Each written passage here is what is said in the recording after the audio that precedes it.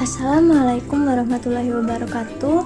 Perkenalkan, saya Hairunisa Hasana dengan NIM 2303112056. Di sini saya akan menjelaskan materi mengenai fitohormon. Sebelum masuk ke materinya, teman-teman tahu nggak nih apa itu fitohormon? Jadi, hormon ini berasal dari salah satu kosakata bahasa Yunani atau dari bahasa Gerika, yaitu hormoe yang berarti menggerakkan. Ada pula yang mengartikan sebagai chemical messenger atau pembawa pesan kimia, yang mana hormon ini merupakan senyawa organik yang diproduksi oleh suatu bagian tubuh dalam konsentrasi kecil dan diangkut ke bagian lain, yang mana nantinya ini akan dapat mempengaruhi sel ataupun organ target sebagai bentuk dari force respon fisiologisnya. Hormon ini berperan dalam mengatur pertumbuhan dan juga perkembangan, yang mana hormon pertumbuhan atau fitohormon merupakan senyawa organik atau non-nutrisi yang disintesis pada bagian tertentu di suatu tumbuhan, kemudian ditranslokasikan ke bagian lain pada tumbuhan. Bagian tumbuhan yang ditranslokasikan ini tersebut akan memberikan respon baik secara fisiologis, dua morfologis maupun biokimia, yang mana ini menurut ARSA 2020. Namun senyawa ini hanya aktif dan juga dalam jumlah yang kecil, biasanya itu kurang lebih dari 1 mm, tergantung juga pada spesies tanamannya. Sebelum masuk lebih dalam mengenai materi fitohormon ini, teman-teman harus tahu dulu nih bahwasanya fitohormon ini terbagi menjadi dua. Yang pertama, ada hormon yang berperan dalam memicu pertumbuhan, itu ada seperti auksin, sitosin, dan juga giberelin. Yang kedua, ada hormon yang berperan dalam menghambat pertumbuhan, itu yang pertama ada asam asisat, dan yang kedua itu ada gas etilen. Yang pertama ada hormon auksin, yang mana fungsi dari hormon auksin ini sendiri adalah merangsang pertumbuhan sel pada tumbuhan, terutama dalam proses pemanjangan batang, pembentukan akar, dan juga respon terhadap cahaya. Hormon auksin ini terletak di meristem apikal atau bagian ujung tunas dan daun yang masih muda dan embrio yang terdapat dalam biji.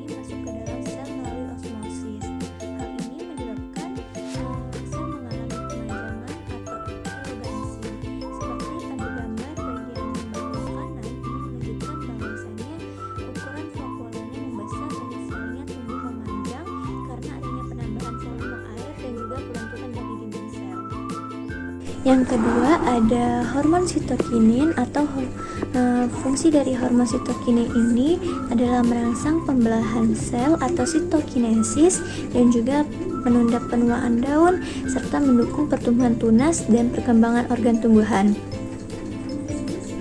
Hormon sitokinin ini terletak pada embrio, akar, dan juga buah. Dan juga sitokinin ini biasanya akan berpindah dari akar ke organ lain pada tanaman. Di sini ada mekanisme kerja dari hormon sitokinin ini, yang mana berkaitan dengan reseptor membran plasma yang disebut dengan CKI1 atau cytokinin independent 1 atau jenis reseptor histidin kinase lainnya, yang mana reseptor ini terdiri dari domain. Yang pertama ada TM atau transmembran yang mana menjangka reseptor pada membran. Yang kedua ada HIS atau histidine kinase domain yang mana bertindak sebagai domain pesinyalan. Dan yang ketiga ada ASP atau aspartate receiver domain yang mana menerima gugus fosfat. Setelah sitokinin ini mengikat, domain HIS-nya mengautofosforilasi atau menambahkan gugus fosfatnya dari ATP ke residium histidinnya. Gugus fosfat ini kemudian ditransfer ke ASP dalam domain reseptor itu sendiri, yang mana fosfat dari reseptornya juga ditransfer ke protein perantara yang bernama AHPS atau Arabidopsis histidine containing phosphotransfer protein. AHPS-nya ini berpindah dari sitoplasma ke nukleus setelah terfosforilasi. Di dalam nukleus, AHPS-nya ini mentransfer gugus fosfat ke ARRS atau Arabidopsis respon regulator, terutama ARR tipe B. ARR tipe B ini yang terfosforilasi ini akan mengaktifkan ekspresi gen target termasuk dalam CYCD3 yang terlibat dalam pembelahan sel. Aktivitas gen seperti CYCD3 ini menyebabkan respon sitokinin seperti yang pertama ada pembelahan sel, yang kedua ada diferensiasi jaringan, dan yang ketiga itu ada pertumbuhan tunas. Yang ketiga ada hormon gibberellin. Fungsi dari hormon gibberellin ini adalah merangsang pertumbuhan batang, pemanjangan sel, perkecambahan biji, serta pembentukan bunga dan juga buah. Hormon gibberellin ini terletak di meristem apikal pada tunas ujung dan juga akar, embrio dan juga daun muda. Selanjutnya di sini ada mekanisme kerja dari hormon gibberellin yang mana dalam pertumbuhan tanaman khususnya saat proses perkecambahan, yang mana pada tahap awal atau benihnya yang masih dorman atau istirahat, kemudian pada saat benih ini mendapatkan air, oksigen dan juga suhu yang sesuai, maka benih ini akan mulai berkecambah. Maka juga gibberellinnya ini akan diproduksi oleh embrio benih setelah menerima sinyal lingkungan. Pada saat gibberellinnya diproduksi dan dilepaskan ke bagian dalam benih, maka hormon ini akan merangsang enzim-enzim hidrolitik, itu misalnya amilase, untuk memecah cadangan makanan yang biasanya ini berupa pati di dalam endosperma yang menjadi gula. Kemudian gula dan nutrisi lainnya ini bisa digunakan oleh embrio untuk memulai proses tumbuh. Selanjutnya, radikula atau calon akarnya akan menembus kulit biji yang terlebih dahulu, yang mana ini adalah tanda pertama bahwa benih telah berkecambah. Kemudian gibberellinnya merangsang pemanjangan sel, terutama pada bagian akarnya ya. Setelah radikulanya ini hipokotil atau batang bawah kotiledonya ini tumbuh dan memanjang dan akan mengangkat kotiledonya ke atas permukaan tanah. Akarnya ini mulai bercabang dan membentuk akar-akar rambut atau root hairs yang menyerap air dan nutrisinya lebih efektif. Kemudian gibberellinnya ini akan tetap bekerja dalam proses ini dengan merangsang pemanjangan batang dan juga pertumbuhan akarnya. Yang keempat itu ada hormon etilen, yang mana dari hormon gas etilen ini berfungsi sebagai mempercepat kematangan buah, menggugurkan buah dan juga merespons stres lingkungan seperti luka dan juga infeksi. Hormon etilen ini terletak pada buah yang sudah matang atau sudah masak dan juga buku-buku batang ataupun juga daun yang mengalami sensasa atau mengalami penuaan. Selanjutnya di sini ada mekanisme kerja dari hormon etilen dalam pematangan buah. Contohnya pada tanaman tomat, yang mana yang pertama ada aktivasi gen oleh faktor transkripsi SNAMI dalam yang berwarna pink adalah faktor transkripsi yang menempel pada DNA atau wilayah NACR, yang mana SNAMI-nya ini mengaktifkan gen SIACS2 dan SIACS4, yang kemudian produk dari gen ini adalah enzim yang berperan dalam sintesis etilen. Yang kemudian biosintesis etilennya terjadi melalui beberapa jalur. Yang pertama ada MAT menuju SAM, yang mana MAT mengubah metioninnya menjadi SAM atau S-adenosil metionin. Yang kedua itu ada SAM menjadi ACC, yang mana enzim ACS-nya atau ACC sintase seperti CACS2 dan CACS4 ini mengubah SAM menjadi ACC. Yang ketiga ada ACC menuju ke etilen, yang mana enzim ACO-nya atau ACC oksidase mengubah ACC menjadi etilen. Etilen yang terbentuk ini akan memicu pematangan buah, yang mana terlihat pada transisi warna tomat yang terlihat pada dari warna hijau atau belum matang menjadi warna merah yang sudah matang. Hormon etilen ini diproduksi melalui jalur biokimia yang dikendalikan oleh ekspresi gen, khususnya CACS2 dan CACS4 yang diaktifkan oleh faktor transkripsi SNAMI, dan etilen ini yang kemudian berperan dalam proses pematangan buahnya. Yang kelima itu ada hormon absisat, yang mana fungsi dari hormon absisat ini adalah menghambat pertumbuhan, memicu dormansi biji, dan juga menutup stomata saat stres air, sehingga membantu tumbuhan ini bertahan dalam kondisi yang kurang menguntungkan.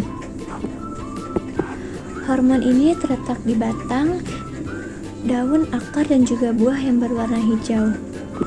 Selanjutnya di sini ada mekanisme kerja dari hormon absisat atau ABA dalam sel tumbuhan, terutama berperan dalam respon terhadap stres, yaitu misalnya kekeringan dan juga mengatur stomata. Yang pertama terjadi di sel parenkim vaskuler, pada bagian A itu zeaksatinnya ini menjadi violasatin dan akan dikatalisis oleh enzim ZEP atau zeaxanthin epoxidase. Yang kedua, violasatinnya ini akan menuju ke neosatin, kemudian dikatalisis oleh NCED atau 9-cis-expo-carotenoid deoksigenase. Kemudian terbentuklah satosin yang menjadi ABA aldehyde dan menjadi ABA oleh enzim ABA2 dan AAO atau abscisis aldehyde oxidase. Kemudian ABA-nya ini diangkut ke bagian lain dari tumbuhan, itu misalnya ke penjaga stomata. Kemudian pada bagian yang B itu katabolisme ABA atau ABA katabolisme ini terjadi di sel penjaga dan juga sel parenkim vaskuler. ABA ini dapat diinaktivasi oleh enzim CYP77A yang memecah ABA menjadi bentuk yang tidak aktif. Hal ini berfungsi mengatur kadar ABA dalam sel agar tidak berlebihan. Selanjutnya pada bagian C itu ABA yang disintesis oleh parenkim vaskulernya akan diangkut ke sel target melalui transporter, yang mana di sini disebut protein transporter ABCG25 ekspor dan ABCG40 itu impor ke dalam sel penjaga.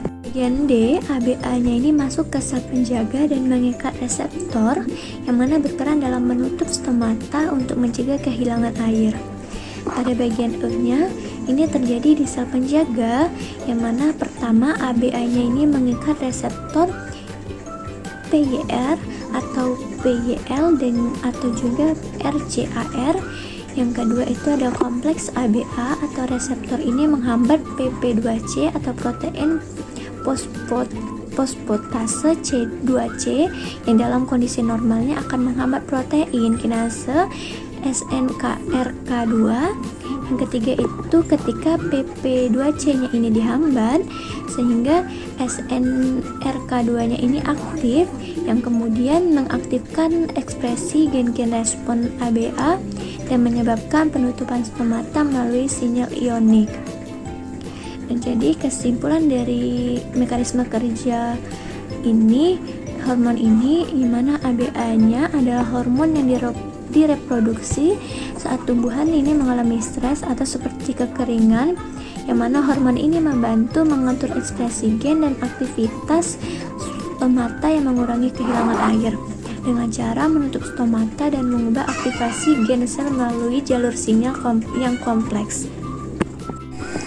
Jadi kesimpulannya, fitohormon ini atau hormon tumbuhan adalah senyawa organik yang diproduksi dalam jumlah yang kecil oleh tumbuhan dan juga berfungsi mengatur pertumbuhan, perkembangan, serta respon terhadap lingkungan.